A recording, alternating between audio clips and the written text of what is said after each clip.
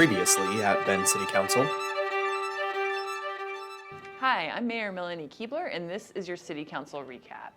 February is Black History Month, and last night the Council issued a proclamation recognizing the history, contributions, and leadership that our African American neighbors have made to the very foundation of Bend, Oregon.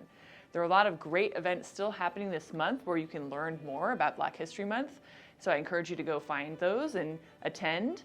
And I also remind everybody that Black history transcends just one month.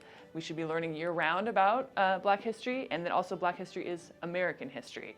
So thank you to everyone who helped make that proclamation happen last night. We also issued a proclamation in February to declare February 1st through 7th as National Gun Survivors Week, and that is because of the violence we've experienced right here in our community and recognition that every year nearly 40,000 Americans are killed in acts of gun violence and leave behind survivors and the ripples and waves of grief throughout their communities. Council this month also decided not to hear an appeal regarding a hearings officer's decision to approve 2 conditional use permits for commercial development on the corner of Brosserhouse Road and Murphy Road.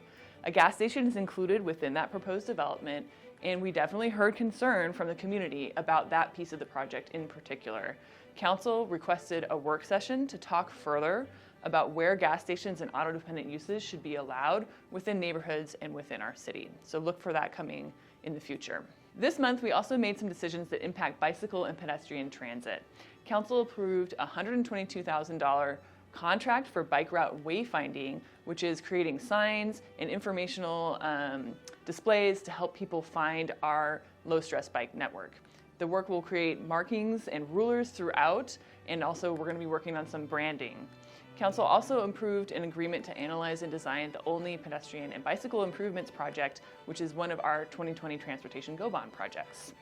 During a council work session last night, we also started talking about a potential transportation utility fee.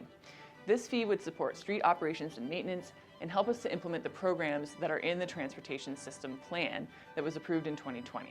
We will have future work sessions about this, including what the public process will be to make sure that we're getting input from the community about this fee. The council also held a public hearing that would amend the Bend Development Code to include a new master plan neighborhood called Parkside Place. This is a 37-acre housing development on Bend's east side, and it's part of a pilot project that came from the legislature in 2017. 40% of the units in this neighborhood are designated for affordable housing, so we're really excited to see this move forward. We also adopted this month a resolution that will put a 5-year operating levy for Bend Fire and Emergency Medical Services on the May ballot. The operating levy is proposed at 76 cents per thousand of taxable assessed value. Our fire levy has not been increased since 2014, but we've had over double the amount of calls since that time.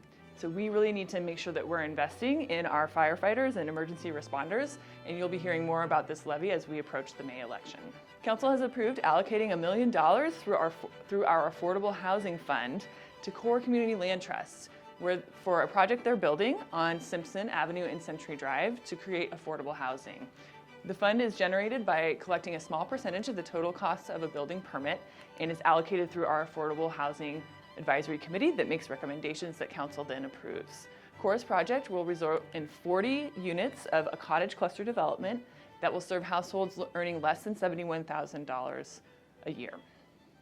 Thanks for watching this Council recap, and if you'd like to learn more or get involved with City Council, head to bendoregon.gov/council.